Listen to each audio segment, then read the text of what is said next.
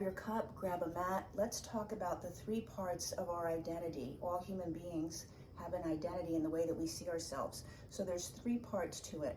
And if that identity is strong and has you feel successful in life and things are going well, you created an identity. And I say created because we create it. It's not something that we're born with. So you created an identity that's getting you the life that you want. If that's not the case, if you feel like you're stuck in toxic relationships or patterns for yourself, it has so much to do with the identity that you created for yourself. And you can change that. We'll talk about that in a second. But there's three parts to our identity as human beings. So the first part is how we see ourselves. It's our relationship to ourself. And that starts like right after birth, starting to get a sense of self. So babies start to realize at some point when they're very, very young, that's my mother and this is me. At first it occurs as like we're all one thing, but then babies start to get a sense of self. Oh, I'm separate from my mother, from my caregivers. So how we start to see ourselves gets created.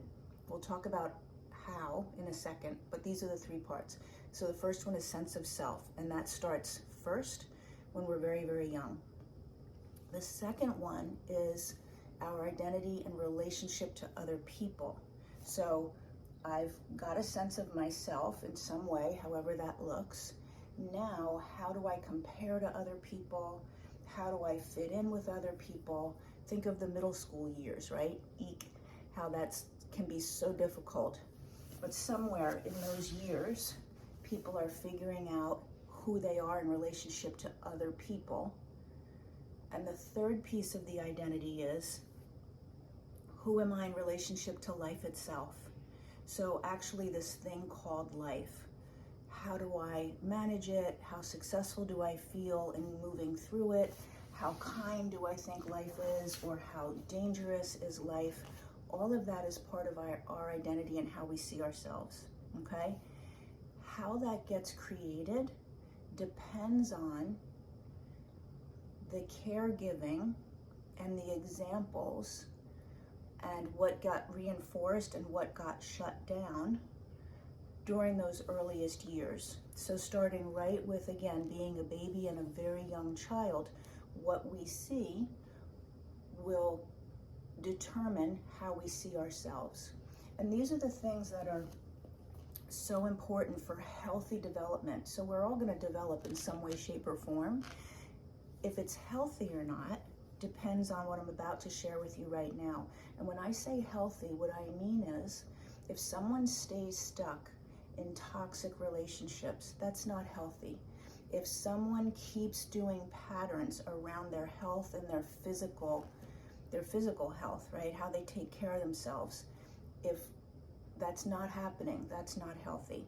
If someone stays or keeps choosing a pathway through life that keeps them sad, stressed, anxious, depressed, maybe it's in their job, that's not healthy.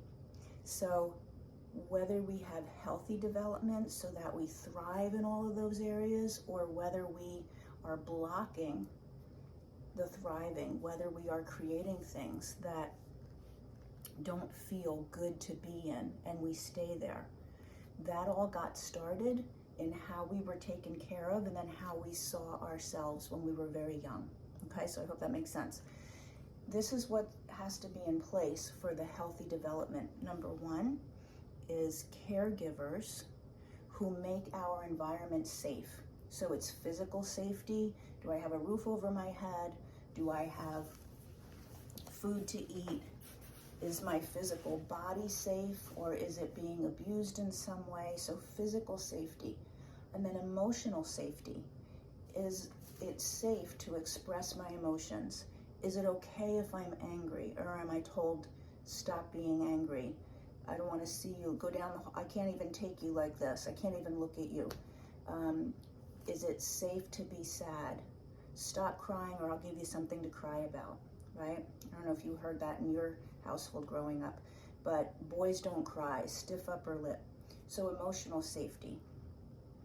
Unconditional love. So did we feel like we were loved just for who we are, not for what we accomplished, not for how we took care of other people, but just for who we are? That's critical when we are developing. If that's not there, and the message that we get is, I'm only loved if I do certain things or I be a certain way, so let me do that, then that's going to impact the identity that we create for ourselves, okay? Significance and importance. Do we get the message that we are important? So hearing things like children are seen and not heard, because I say so, you do what I say, anything like that.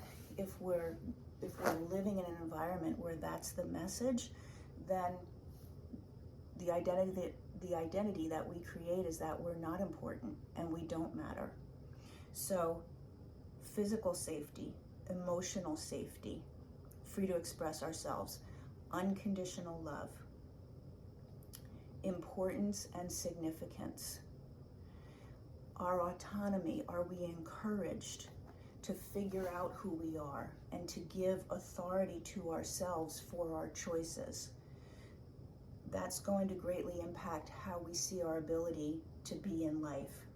So are we nurtured to make our own choices, to be who we are, to express ourselves, to feel our emotions, and to be who we are and feel safe all the time? If that wasn't available for whatever reason, and honestly, I think most households, all of that is not available. And it's just because people keep repeating what they grew up with. And oftentimes we think these are the messages that I need to give my kid, like stiff upper lip, because the world isn't going to cater to you, type of thing. But that will greatly impact how people create their identity. When you're feeling stuck and struggling in relationship patterns and in life that is not working, you have to start at your identity, because you can't change anything else if the identity that you've created is at the root of it. That's the work that we do together. That's the work I do with my clients. I have a couple of different programs that are at different price points. I would love to talk with you about that and what that looks like. But returning to yourself and creating an identity that allows you to have the life that you want and the relationships that you want, and it allows you to take care of your body in a way that will move it to health and not keep you sick. If you're stressed all the time, burned out, overwhelmed, your physical body cannot be well. It keeps you sick. And I had to learn that the hard way. So go ahead, put chat in the comments, and we'll have a conversation. Either myself or my colleague will have a conversation about how do I break those patterns? How do I recreate an identity for myself that gets me the life that I want? And then how do I put those actions into place? Okay? It's absolutely possible. So put chat in the comments and we'll make sure that we connect. Have a good day.